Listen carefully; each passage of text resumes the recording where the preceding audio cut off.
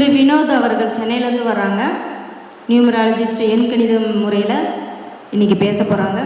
எண்கணிதம் பாரம்பரியம் படிச்சுட்டு இருக்காங்க. இருந்தாலும் பாரம்பரிய முறையில் இப்போ நட்சத்திரத்தை பற்றி பேசுகிறாங்க. நட்சத்திர தாராபலன்களை பற்றி பேச வராங்க.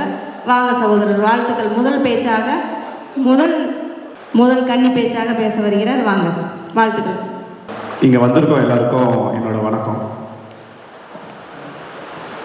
ஜோதிட ரத்னா சங்கமம், அதாவது இந்த சங்கமத்தில் வந்துட்டு முதல் கருத்தரங்கம். இந்த முதல் கருத்தரங்கத்தில் நாங்கள் வந்துட்டு இது முதல் மேடை எங்களுக்கு. இப்போ வந்து பேசுகிறவங்க எல்லாருமே பார்த்திங்கன்னா நாங்கள்லாம் வந்து ஒரு கேங் ஸ்டூடெண்ட்ஸு. வினோதினி மேடத்துக்கிட்ட அவங்க தான் எங்களுடைய குரு. எங்களுக்கு வந்துட்டு ஜோதிடத்தில் ஆனாவே தெரியாது. இவங்ககிட்ட மேடத்துக்கிட்ட நாங்கள் வரும்பொழுது ஒரு கிளைண்ட்டாக தான் வந்தோம். எல்லாருமே கிளைண்ட்டாக வந்து எங்களுக்கான எங்கள் லைஃப்பில் நடக்கிற பிரச்சனைக்கு சொல்யூஷன் கொடுத்ததுனால எங்களுக்கு வந்துட்டு ஒரு ஆர்வம். சரி, ஜோதிடம் கற்றுக்கலாம், நம்ம மட்டும் பயனடைஞ்சால் போதாது, மற்றவங்களும் பயனடையணும் அப்படின்ற ஒரு எண்ணத்தில் ஸ்டார்ட் பண்ணோம். இதுக்கு முன்னாடி அந்த ஜாமவான்கள் பேசி இருக்கும்போது கேட்டிருப்பீங்க. அவங்க சொன்னது என்னென்னா, எங்களுக்கும் ஜோதிடம் வருமா, அதை நீங்கள் ஜாதகத்தை பார்த்து சொல்ல முடியுமா அப்படின்றது. அப்போது அப்படி தான் நாங்களும் வந்துட்டு எங்கள் மேடத்தை கேட்டோம். கேட்கும்போது அவங்க சொன்ன ஒரு வார்த்தை என்னென்னா, உனக்கு ஆர்வம் இருந்தால் எல்லாமே வரும்பா, அதுக்கு நீ ஜாதகம் பார்க்கணுன்னு அவசியம் இல்லை, உனக்கு ஆர்வம் இருக்குது, உன்னால் முடியும் அப்படின்னு நினச்சினா எது வேணால் சாதிக்கலாம் அப்படின்னு சொன்னதுனால நாங்கள் இந்த ஜோதிட கலையை வந்து கற்றுக்க ஆரம்பித்தோம். கிட்டத்தட்ட ஒரு 1.5 வருஷமாக மேடத்து கூட வந்துட்டு நான் பயணம் பண்ணிகிட்ருக்கேன். மேடம் வந்துட்டு மேடம் கிட்ட இருக்கிற ஒரு விஷயம் என்னென்னா, எதுவுமே மறைவு இல்லாமல் எங்களுக்கு எல்லாமே சொல்லி தருவாங்க. அதுதான் மேடத்துக்கிட்ட இருக்கிற பெரிய ப்ளஸ்ஸு. அதே மாதிரி வந்து பார்த்திங்கன்னா, எங்களுக்கும் இந்த வாய்ப்பை கொடுத்து நீங்களும் வந்து அதாவது தான் மட்டும் வளரணும்னு நினைக்காம கூட வரவங்களும் வளரணும்னு நினைக்கிற ஒரு எண்ணம் எங்கள் மேடத்துக்கு இருக்குது, எங்கள் குரு வினோதினி மேடத்துக்கு இருக்குது. அது ஒரு பெரிய ப்ளஸ்ஸாக அவங்களுக்கு. சரி, ஓகே, இப்போ நான் டாபிக் வரேன். இப்போது நான் எனக்கு சொல்லிக் கொடுத்த பாடத்தில் வந்துட்டு பார்த்திங்கன்னா, தாரா பலன் அப்படின்னு சொல்லிட்டு ஒரு பலன் சொல்லக்கூடிய ஒரு விஷயம் இருக்குது. அது தாரா பலன் அப்படின்னா என்ன அர்த்தம் அப்படின்னா, தாரான்னா வட சொல்ல வந்துட்டு நட்சத்திரம் அப்படின்னு சொல்லலாம்.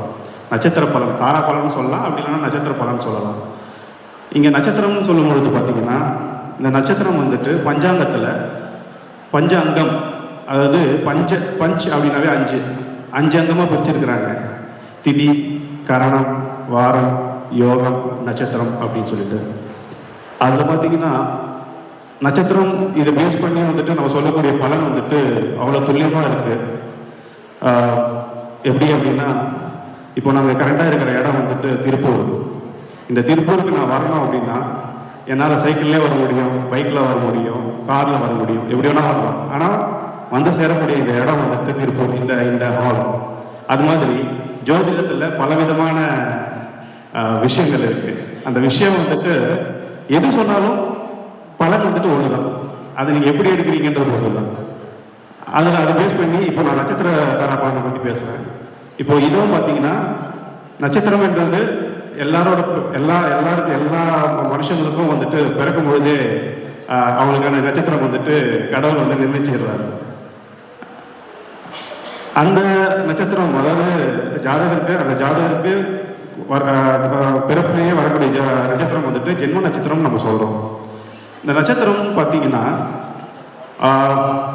9 கிரகங்கள், சரிங்களா? 9 கிரகங்கள், 27 நட்சத்திரங்கள், 12 ராசி, இப்படியே பிரிச்சிருக்கிறாங்க. இப்போ நட்சத்திரத்தை வந்துட்டு 27 நட்சத்திரம் சொன்னேன், அது 9 வகையாக பிரிச்சிருக்கிறாங்க. அதில் பார்த்தீங்கன்னா ஃபஸ்ட்டு வகை அப்படின்றது ஜென்ம நட்சத்திரம். இந்த ஜென்ம நட்சத்திரம்ன்றது நம்ம பிறக்கும் பொழுது நமக்கு வந்துட்டு அமைகிற நட்சத்திரம், அது ஜென்ம நட்சத்திரமாக வருது. ஓகே, அடுத்த வகை என்ன அப்படின்னா சம்பத்து தாரை சொல்லுவாங்க. அதாவது சம்பத்து தாரைன்றது சம்பத்து நட்சத்திரம், சரிங்களா? 3ஆவதாக இருக்கிறது வந்துட்டு விபத்து தாரை அப்படின்னு சொல்லுவாங்க. 4ஆவதாக இருக்கிறது சேம தாரை அப்படின்னு சொல்லுவாங்க. 5ஆவதாக வர நட்சத்திரம் அந்த வகை பார்த்திங்கன்னா பிரத்யேக தாரை அப்படின்னு சொல்கிறாங்க. அதுக்கடுத்து வர இது பார்த்திங்கன்னா சாதகத்தாரை, அதுக்கப்புறம் வதைத்தாரை அப்படின்னு இருக்குது. அதுக்கப்புறம் இருக்கிற இன்னும் 2 8வது தாரையாக என்ன வருதுன்னா மைத்திர தாரை வருது. 9வது வருது வந்து பார்த்திங்கன்னா பரம மைத்திர தாரை. சரி, இந்த 9 வகையாக பிரிச்சுட்டாங்க. இந்த 9 வகையிலையும் பார்த்திங்கன்னா 3 நட்சத்திரம் இருக்குது. சரிங்களா? இப்போ ஜென்மத்தாரைன்னும் பொழுது அது முதல் நட்சத்திரமாக வரும். உங்களோட நட்சத்திரத்தை வந்து மொத்தம் 27 நட்சத்திரம், அதாவது அஸ்வினி முதல் ரேவதி வரை 27 நட்சத்திரம் இருக்குது. அதில் வந்துட்டு உங்களோட நட்சத்திரம், நீங்கள் பிறந்த நட்சத்திரம், இப்போது எக்ஸாம்பிள் சொல்ல போனால், இப்போது என்னோடய நட்சத்திரம் வந்து பார்த்திங்கன்னா போராடம் அப்படின்னா அது என்னோடய ஜென்மத்தாரை. அப்போது அதுக்கு அடுத்த 2வது வர தாரை வந்து பார்த்திங்கன்னா சம்பத்து தாரை. சம்பத்து தாரை எது வரும் அப்படின்னா போராடத்துக்கு அடுத்தது உத்திராடம் வரும். அப்போ அது வந்துட்டு சம்பத்து தாரை. சரி, இப்போ சம்பத்து தாரை, ஜென்மத்தாரை, இதில் என்ன பண்ணலாம், இதில் என்ன பண்ணக்கூடாது, எது வந்து எதோட ஒத்து போகும், எது வந்து ஒத்து போகாது அப்படிலாம் ஒன்று இருக்குது. இப்போது ஒரு எக்ஸாம்பிள் சொல்லணும்னா, இப்போ யாரையாவது வந்து ஒரு சடனாக எங்கேயோ பார்க்குறீங்க, பார்க்கும்பொழுது திடீர்னு வந்துட்டு அவங்களே அறியாமல் வந்து உங்கள்கிட்ட பேசுவாங்க, உங்கள்கிட்ட நல்லா பழகுவாங்க, ஏதோ ரொம்ப வருஷம் பழகின மாதிரி ஒரு பழகுவாங்க. அது மாதிரி ஒரு இன்சிடென்ட் நடக்கும். ஒரு சிலர் பார்த்தீங்கன்னா அவங்கள நீங்கள் பார்த்துருக்க மாட்டீங்க, அவங்க கூட ஒரு எந்த தொடர்பாக இருக்காது, ஆனால் அவங்கள பார்த்தா கோபம் வரும், அவங்களுக்கும் கிளாஷ் ஆகும். இது மாதிரிலாம் இருக்குது. அப்போது ஏன் இது நடக்குது அப்படின்னு செக் பண்ணி பார்க்கும்போது பார்த்தீங்கன்னா அந்த தாரை, அதாவது அந்த பர்சன் 2 பர்சன் இருக்காங்கல்ல, அதில் வந்துட்டு இப்போ நான் இருக்கேன், நான் ஒரு பர்சன், எனக்கு ஆப்போசிட்டில் ஒரு பர்சன் இருக்காருன்னா என்னோட தாரையும் என்னோட நட்சத்திரமோ அவரோட நட்சத்திரமோ பொருந்தாத வரும்பொழுது இது மாதிரி சிக்கல்கள் அங்கே உண்டாகுது. அது வந்துட்டு அவங்களுக்கு வந்து சாதகமாக இருக்கிறது இல்லை. சரிங்களா?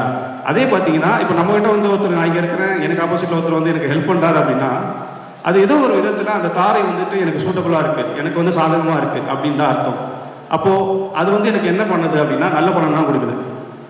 நல்ல பலனை கொடுக்குது. நான் எது செஞ்சாலும் அந்த காரியம் வந்து வெற்றியாகுது.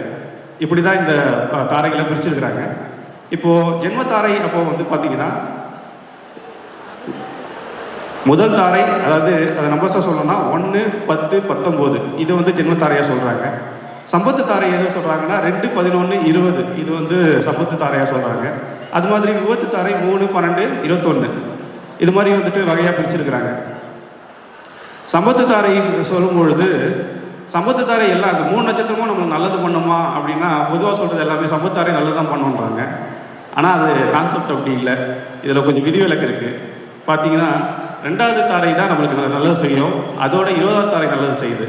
11வது தாரை என்ன பண்ணுது அப்படின்னா நமக்கு வந்துட்டு கம்யூனிட்டின்னு இருக்குது. நம்ம ஒரு இடத்துக்கு போகிறோன்னா அங்கே ஒரு கூட்டம், ஒரு சமுதாயம் அப்படி இருக்குது. அந்த இடத்துல என்ன ஆகுது அப்படின்னா நமக்கு தேவையில்லாத அந்த ஒரு 16வது தாரை நம்ம நட்சத்திரத்துலேருந்து எண்ணி பார்க்கும்பொழுது 11வது தாரை வருது அப்படின்னா அங்கே வந்துட்டு தேவையில்லாத நம்மளுக்கு வந்து மனக்கர ஸ்டெப்பு, நம்ம பேருக்கு அவமானப்படுறது, கெட்ட பேர் எடுக்கிறது, இது மாதிரி வந்துட்டு சுச்சுவேஷன் அங்கே அமையுது. அப்போ அந்த 11வது தாரை என்னதான் சம்பத்து தாரையாக இருந்தாலுமே 11வது தாரை நம்மளுக்கு வந்துட்டு அங்கே கெடுபலன் கொடுத்துருது. அப்போ யாரை வந்து கூட வச்சுக்கலாம் அப்படின்னா, இப்போ எனக்கு வந்து போராடம் நட்சத்திரம் அப்படின்னா எனக்கு ஒரு காரியம் நான் பண்ண போகிறேன், அது நல்லா தான் நடக்கணும் அப்படின்னா நான் வந்துட்டு எனக்கு அடுத்ததாக வர 2வது தாரை, அதாவது பார்த்தீங்கன்னா போராட்டத்துக்கு வர உத்திராடத்தை வந்துட்டு நான் பிடிச்சிக்கிட்டேன். அதாவது ஒரு என் ஃப்ரெண்டு ஒருத்தர் அமைகிறாரு அப்படின்னா நான் ஒரு இடத்துக்கு போகிறேன், அந்த இடத்துல வந்து நான் என் காரியம் ஜெயிக்கணும் அப்படின்னா அவரை கூட கூட்டிகிட்டு போனாலோ இல்லை அவருக்கு வந்து தேவையானது பிடிச்சது ஏதாவது வாங்கி கொடுத்தோ அவரை சந்தோஷமாக வச்சுக்கிட்டாலோ எனக்கான வந்துட்டு காரியம் வந்து அந்த இடத்துல சக்ஸஸ் கிடைக்கிது. இது வந்துட்டு நட்சத்திரத்தில் இருக்கிற பெரிய ப்ளஸ்ஸு. அதே மாதிரி வந்துட்டு ஈஸியாக வந்துட்டு ஒரு விஷயத்த வந்து நம்ம லைஃப்பில் வந்து ஜெயிச்சுட்டு போகலாம் அப்படின்னா இது இந்த மெத்தட் வந்து ரொம்ப ஹெல்ப்ஃபுல்லாக இருக்குது. இது மாதிரி வந்துட்டு பார்த்திங்கன்னா இந்த 9 தாரையிலே சொல்லலாம், 9 வகையிலே சொல்லலாம். மொத்தம் 27 நட்சத்திரம். சரிங்களா?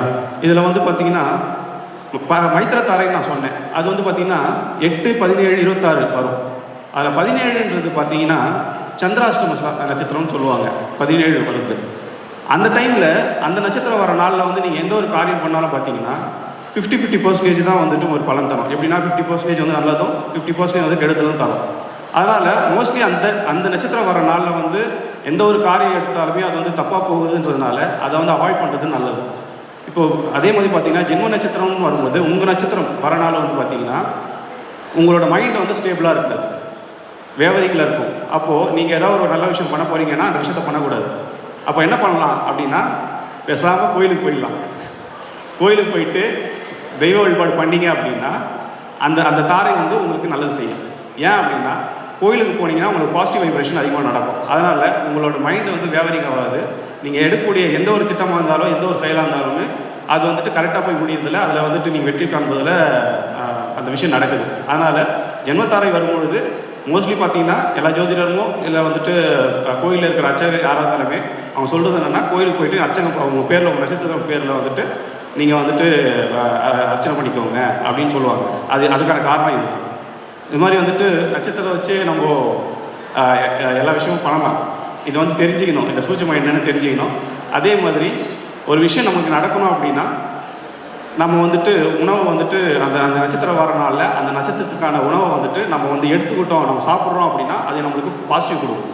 நமக்கு வந்து நல்ல காரியம் நடக்கும்.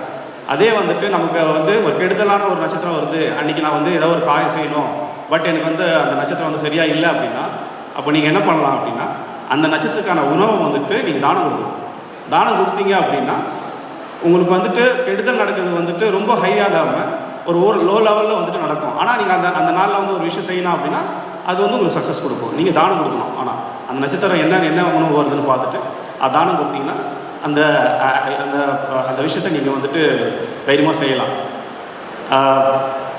இது வந்துட்டு டைம் கொஞ்சம் ஷார்ட்டாக இருக்கிறதுனால நம்ம ரொம்ப லென்த்தாக போக விரும்பல. பட் நான் சொன்னது வந்து உங்களுக்கு புரிஞ்சிருக்கும்னு நினைக்கிறேன். இதை பற்றின வந்துட்டு ஏதாவது உங்களுக்கு டவுட்ஸ் இருந்ததுன்னா இப்போ நீங்கள் பார்த்துட்ருப்பீங்க, யூடியூப் சேனல் வந்துட்டு வழியாக வந்துட்டு பார்த்துட்ருப்பீங்க. அதில் உங்கள் கமெண்ட்ஸ் போடுங்க, நான் அதுக்கான பதில் சொல்கிறேன். நன்றி.